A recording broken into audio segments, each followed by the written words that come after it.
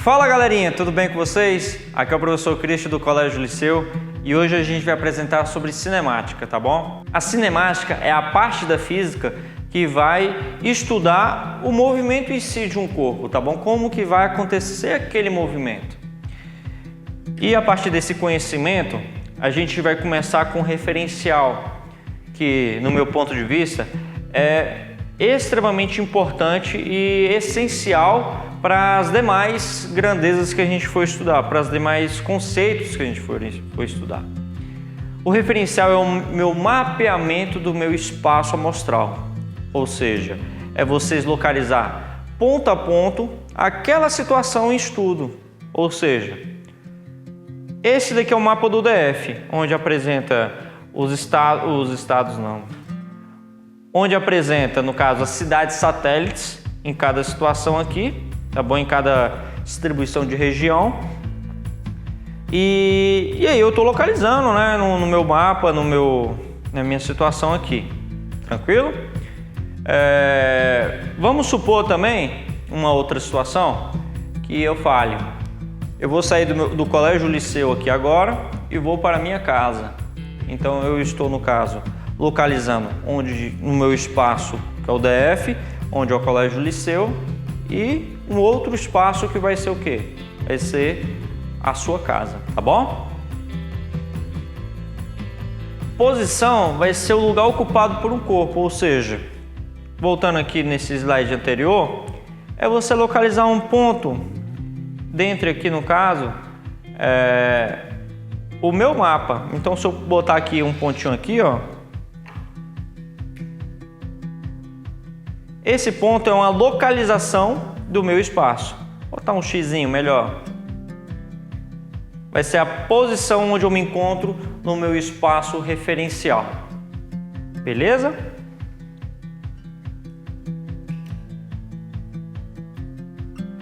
Trajetória. Trajetória vai ser o caminho percorrido entre dois pontos, entre duas posições. Ou seja, se eu quero sair aqui de Sobradinho e chegar nessa posição aqui do Paranoá, eu posso efetuar um caminho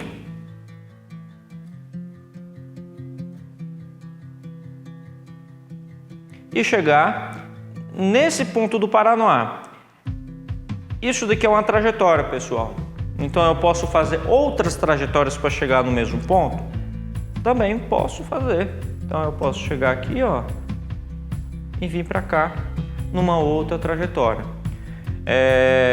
Tome nota que a gente precisa sair de uma posição para outra posição para ocorrer uma trajetória. Então, gente, aqui nesse gráfico aqui, vocês conseguem identificar nessa trajetória que de cada espaço aqui que eu tenho um metro de tamanho. Então, ó, 1, 2, positivo. Nessa escala para cá vai ser positivo e daqui para cá vai ser negativo. Então, 1 mais 1 vai ficar 2. Aqui é a posição mais 2 de acordo com esse referencial. Aqui nesse caso, menos 1, menos 2. Então aqui, ó, vai apresentar uma característica de posição menos 2. Mas veja o seguinte, que é o próximo ponto que a gente vai estudar. Se eu saísse daqui e fosse para cá, seria 1, 2, 3, 4. Aí eu caracterizaria outro tipo de grandeza que seria o deslocamento, que seria 4 metros. Tá bom? Então a trajetória aqui nesse caso vai ser a linha que eu estou fazendo aqui. Então se eu sair daqui para cá, eu estou efetuando uma trajetória. Feito isso, a gente prossegue, que é a distância percorrida que a gente acabou de falar.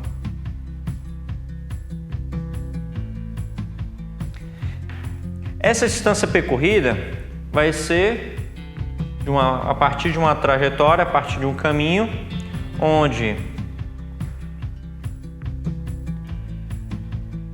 eu localizo o meu espaço amostral.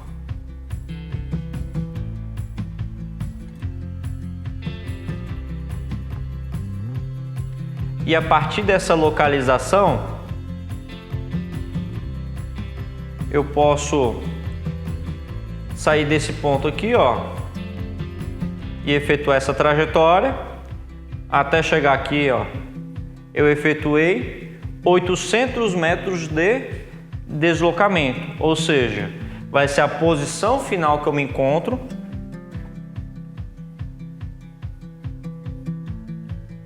menos a posição que eu iniciei o movimento, que é igual a 800 metros. Beleza? O repouso, pessoal, eu coloquei um rapazinho aqui deitado. Não sou eu, tá bom? Parece, mas não sou eu. Que ele não vai sair daquela posição. Ou seja, se eu localizo, voltando aqui no desenho, aqui, ó, se eu falo que eu estou nessa posição, eu vou me manter nessa posição. Se eu me manter, eu vou estar em repouso. Tranquilo? O repouso, como eu coloquei aqui, sempre que um corpo mantiver a posição constante em relação a algum referencial, diremos que esse corpo encontra-se parado nele, tá bom? Velocidade. A velocidade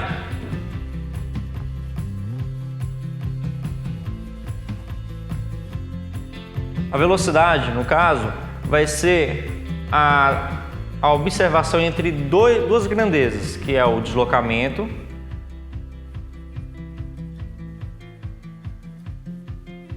e o tempo. A velocidade vai ser a relação entre esses dois aqui.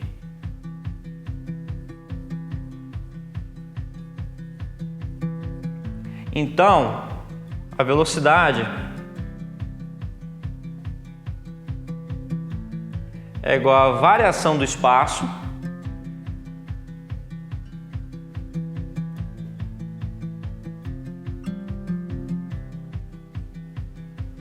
dividido pela variação do tempo.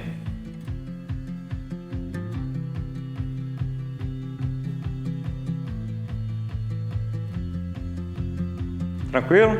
Ou seja, vejam o seguinte, a cada segundo eu vou andar 2 passos. Então, qual seria a variação do meu espaço? Seriam 2 passos. E o tempo? 1 segundo. Vamos supor então que eu ande 2 passos a cada segundo. 2 passos seria a variação de espaço e o tempo seria 1 segundo, tá bom?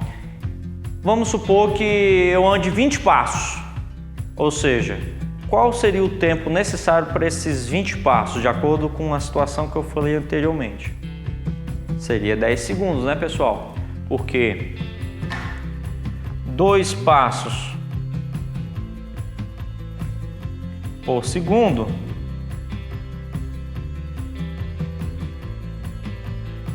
então, se eu efetuo 20 passos, eu andaria com o tempo de 10 segundos, tá bom?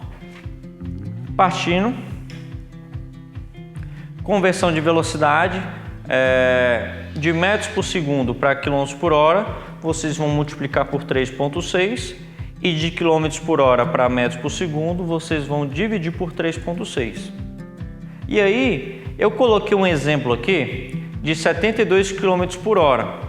70 km por hora, 72 km por hora em metros por segundo, ficaria como? Eu teria que dividir, no caso, por 3,6, que daria 20 metros por segundo.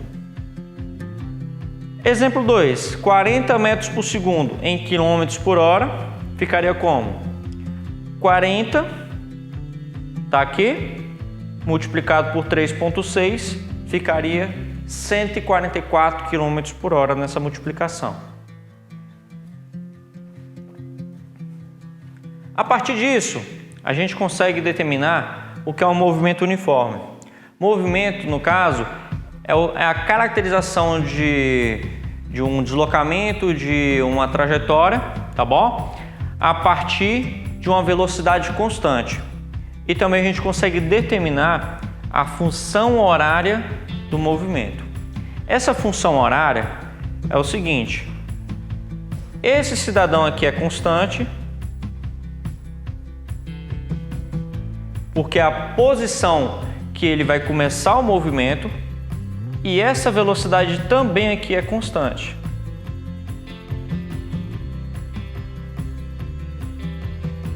Ou seja, com o decorrer de uma posição, se eu tenho velocidade constante, eu vou adquirir outras posições. Vamos colocar um exemplo aqui. Exemplo.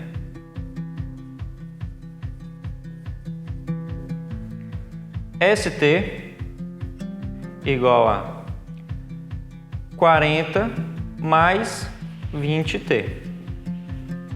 40 mais 20T. Esse 40 aqui, ó, vai ser a posição inicial. Vai ser o ponto onde eu iniciei meu movimento. Aqui tem um positivo escondido, galera. Esse positivo escondido significa que ele está a 40 metros do ponto de origem do meu espaço referencial, tá? Então, ó, S0 igual a 40 metros, velocidade igual a 20 metros por segundo. Opa, 20 metros por segundo, por quê? Porque ele se encontra aqui ao lado do T, multiplicando o T. Então essa velocidade é igual a 20 metros por segundo. O tempo a gente não tem e a posição a gente não tem. Mas como que eu vou verificar esse movimento? Com o decorrer de um tempo eu vou adquirir uma posição. Então, se eu colocar aqui um tempo igual a 1 segundo, como que vai ficar? S de 1 segundo igual a 40 mais 20 vezes 1. 20 vezes 1 igual a 20. Então vai ficar 40 mais 20. Ou seja, S1 igual a 60 metros. Tranquilo? Todo esse exemplo é com relação ao Sistema Internacional de Medidas, onde a posição é em metros, o tempo em segundos e a velocidade, por consequência, vai ser metros por segundo. Agora vamos colocar aqui, ó, o tempo igual a 2 segundos. Então vai ficar S2 igual a 40 mais 20 vezes 2. S2 igual a 40, 20 vezes 2 igual a 40 também. Resultado final aqui dessa situação, S2 igual a 80 metros. O que a gente pode observar com tudo isso? Podemos observar o seguinte: na posição inicial é igual a 40, na posição do tempo igual a 1 é igual a 60, na posição do tempo igual a 2 é igual a 80. Então eu fui ganhando 20 metros a cada segundo. A velocidade é uma grandeza que analisa um espaço com o tempo. Então, tenham uma noção disso, galera. Gravem que a velocidade, ela sempre vai relacionar essas duas grandezas, tá bom? Então, se eu desenhasse uma trajetória aqui, ele começou do 40, foi para o 60 e no final chegou na posição 80 metros, tá? Nesse caso, ele foi progressivo, porque ele andou no sentido positivo do meu referencial. Ele foi ganhando espaço. Tranquilo? Positivo. Positivo. Se ele fosse negativo, seria sentido retrógrado, sentido para lá, nesse caso aqui. Para cá foi positivo, para lá negativo. Tranquilo? Partindo, coloquei alguns exemplos aqui cotidianos. Alguns exemplos cotidianos aqui para a gente refletir um pouquinho. Atravessando a rua. Pode ser que vocês tenham visto alguma pessoa ou até mesmo você observando um carro vindo, atravessando a rua aqui, ó, vindo, e aí você deseja passar para o outro lado da rua. O que você vai imaginar? Poxa, será que eu vou dar conta de passar? Então vocês vão analisar mais ou menos qual seria a velocidade mínima, sem precisar fazer esses cálculos todos aqui, para poder passar sem que o carro pegue vocês. Então, agora eu quero que vocês peguem essa ferramenta matemática e utilizem esse senso comum, esse senso de analisar um corpo mais rápido, um corpo mais devagar, para a gente interpretar melhor cada situação. Pegar uma situação de um exemplo cotidiano, de uma criança crescendo, que é onde a gente vai pontuando as marcações ali na parede, que a gente determina a primeira posição inicial, qual foi a primeira marcação para comparação. Andando de ônibus, quando o ônibus está lá, você está lá sentadinho, você está em repouso com relação àquelas pessoas, né, aquele espaço, mas quando ele freia, o que vai acontecer com você? Você vai para frente, ou seja, você tendeu ao movimento do ônibus, tá bom? E prosseguindo, a gente vai fazer um exercício aqui, tá? Um carro aqui, ó, um carro parte de São Paulo às 8 horas e chega a Curitiba às 16 horas. Vamos anotar esses dados.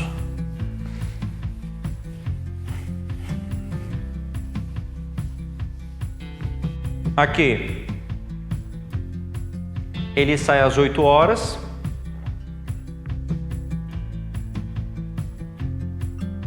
E chega às 16 horas. Considerando que a distância entre as duas cidades é de 400 quilômetros, e que o carro parou por 3 horas para almoçar, então ele parou 3 horas. Determine a velocidade média da viagem. Como a gente vai resolver isso?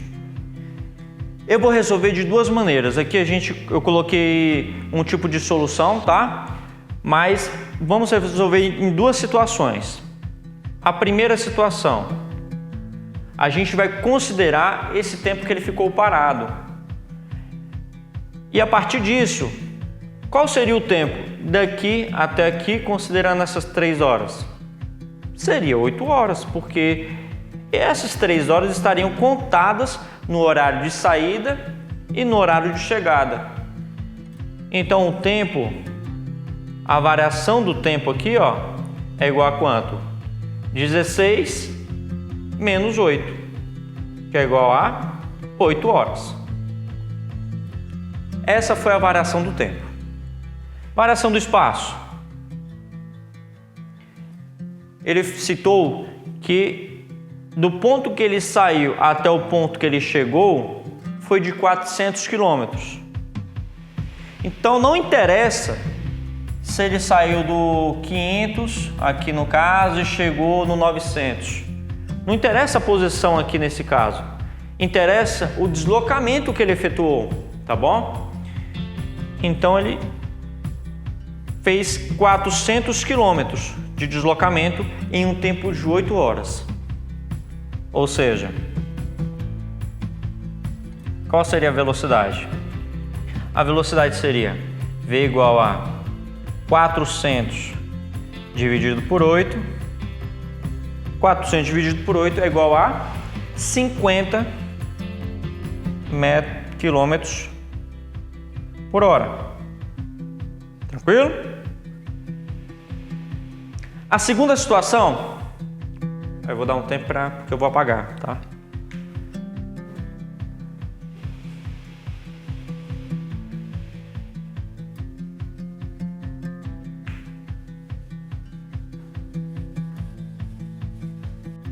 A segunda situação é quando a gente tira esse tempo aqui, ó, e analise qual seria a velocidade que ele percorreu de fato.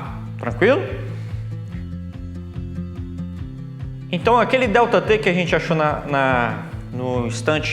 naquele primeiro instante, que foi de 8 horas, eu vou retirar 3 horas. Porque eu quero analisar agora a velocidade que eu de fato fiz de São Paulo até Curitiba. Então vai ficar igual a 5 horas. Ou seja,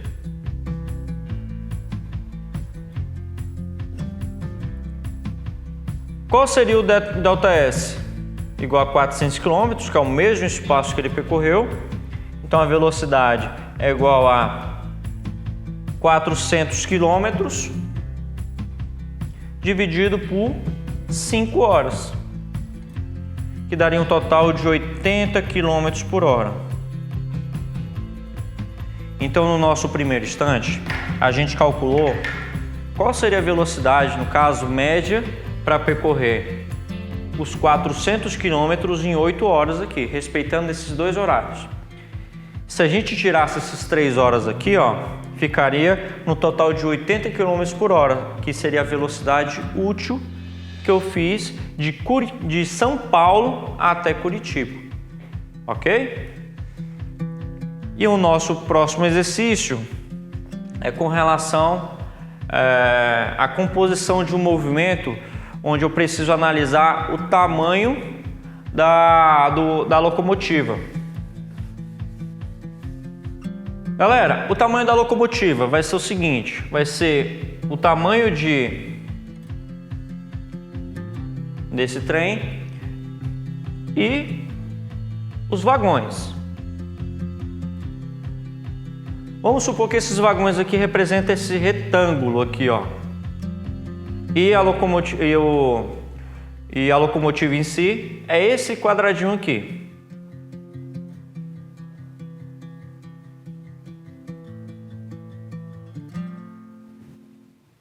A composição dessa locomotiva são 14 vagões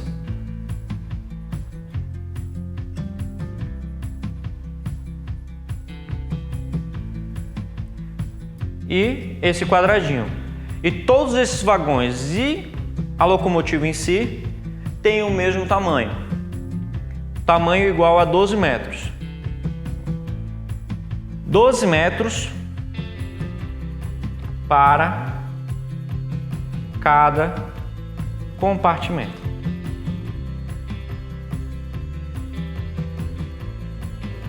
E aí, são 14 mais 1, ou seja, 14 mais 1 vezes 12, que é igual a 15 vezes 12, que é igual a 180 metros, tá bom? É o tamanho total dessa locomotiva, considerando os vagões.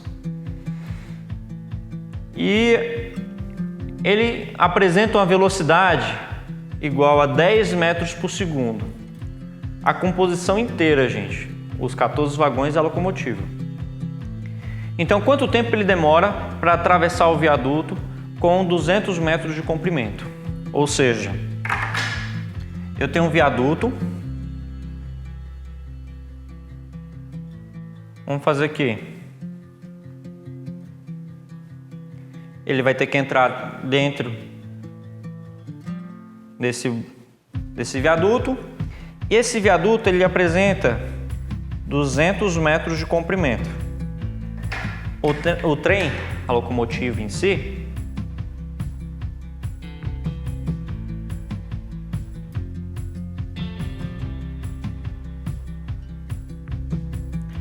vai precisar entrar aqui dentro e para poder sair, no caso, veja o seguinte, eu tenho esse daqui, é o meu viaduto, aqui é minha locomotiva inteira, com os 14 vagões. Ela apresenta, no caso, 180 metros. E o viaduto, 200 metros. Ou seja, galera, aqui no caso seria o viaduto. Aqui seria a locomotiva com os 14 vagões. Eu vou chamar só de locomotiva. Ele apresenta 180 metros. E o viaduto apresenta 200 metros.